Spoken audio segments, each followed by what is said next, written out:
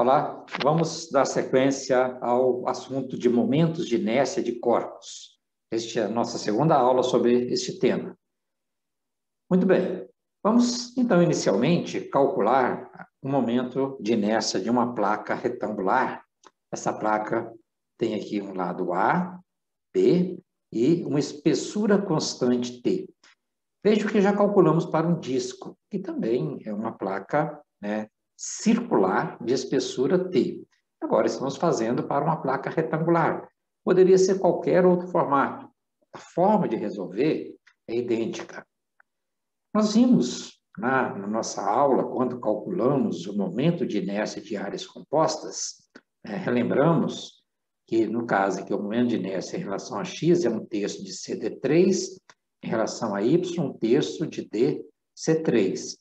Usamos o teorema dos eixos paralelos e encontramos o y', ou seja, o momento de inércia deste retângulo é igual a 1/12 de dC elevado ao cubo. Bem, agora vamos considerar esta placa retangular que tem um momento de inércia que nós queremos calcular em relação ao eixo y, que é igual a ρt vezes o I da área, igual fizemos para o disco. O I da área é o que nós acabamos de ver, 1/12, neste caso, sem relação a y, de B a elevado ao cubo. Aí fazemos aquele artifício de multiplicar por m e dividir por m. M é igual a ρv. O que é ρv? Volume desta placa retangular. É ABT. Então, ρv é ABT. Podemos simplificar ρABT com ρT, B e um desses A's aqui. Ficou, então, que é 1/12 de MA2. Este é o momento de inércia para essa placa retangular em relação ao eixo Y que está passando aqui pelo centro, de massa do disco, da placa retangular. Para o eixo X, é a mesma coisa, ρt igual ao Ix de área. Qual é o Ix de área? 1/12, agora nesse caso, de AB elevado ao cubo. De novo, vezes m sobre m, m é ρv, v ABT, e chegamos a 1/12 de MB2. Vejam que o momento de inércia para a placa retangular em relação a y é 1/12 de MA2. Para o eixo X, 1/12 de MB2. Ou seja, para girar essa placa em torno do eixo Y, a dimensão que vai influenciar no momento de inércia é o A. Enquanto para girar em torno do eixo X é o B. Ou seja, o momento de inércia depende da dimensão que é perpendicular ao eixo. Qual é o momento de inércia em relação ao eixo que passa aqui pelo centro de massa da placa, o eixo Z?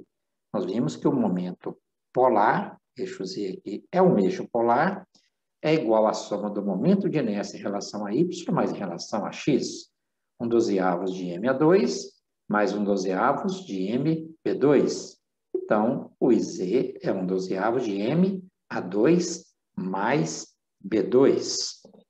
Bem, então, metodologia vale para qualquer placa que tenha uma espessura constante, qualquer que seja o formato desta área. Vamos agora analisar o momento de inércia de sólidos de revolução.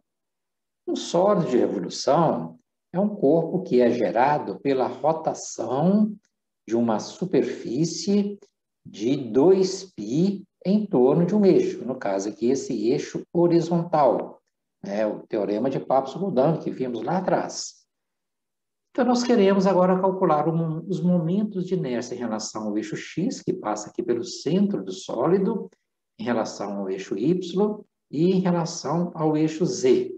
Vejam que girar esse sólido em torno do eixo X é diferente de girá-lo em torno do eixo Y e em torno do eixo Z. Aliás, girá-lo em torno de Y e Z é a mesma coisa. Então, aqui nós teríamos o mesmo momento de inércia. Para X, é diferente. Bem, Vamos, então, definir um elemento de massa dm nesta posição. Esse elemento de massa é um disco de espessura dx e raio r. Aí, marcamos um novo sistema de referência, aqui um eixo x', que é coincidente com o eixo x. Um eixo z' e um eixo y'. Este é paralelo a y e este é paralelo a z.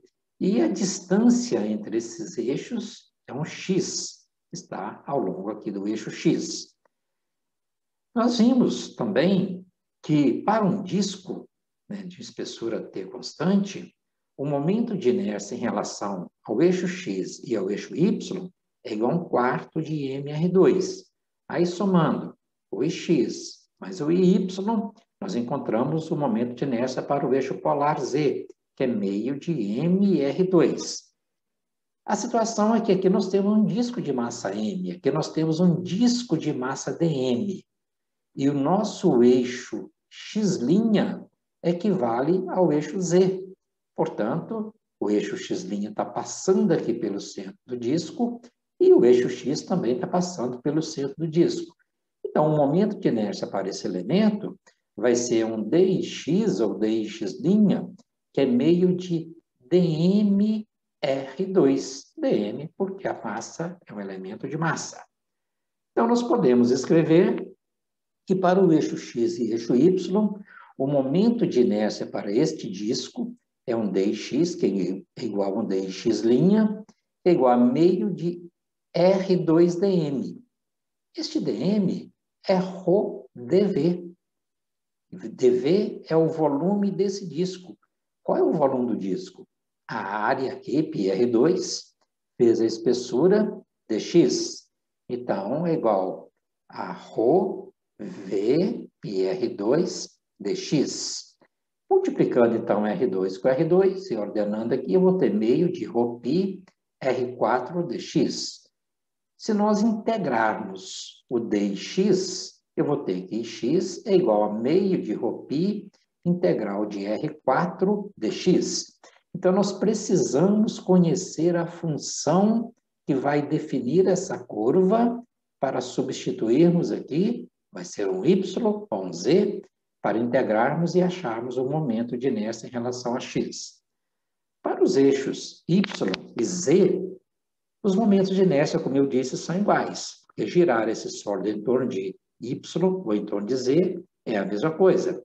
Então, eu posso falar que d e y é igual a d e z para este elemento de massa dm. Considerando, então, aqui o d e y, eu vou usar o teorema dos eixos paralelos. Esse eixo y' passa aqui pelo disco, que é o nosso elemento, e ele está paralelo ao eixo y. Então, eu posso falar que o d e y é igual a um d e y', momento de inércia desse elemento de massa dm, mais a distância entre eles, que é x elevado ao quadrado, vezes dm. Logo, dy, que é igual a diz, é igual. Vejam bem, neste caso, se o eixo está passando por aqui, o momento de inércia é 1/4 de dmr2, ou de R2dm, porque é um elemento diferencial de massa. Vimos que para o eixo x foi meio de R2dm. Este aqui é 1/4 de R2dm. Mais a distância x2 elevado ao quadrado vezes dm. Então, é igual a 1/4 de R2, que é o dm? A área ρ vezes a área vezes a espessura, ou seja, ρv. Ρ pi R2 dx.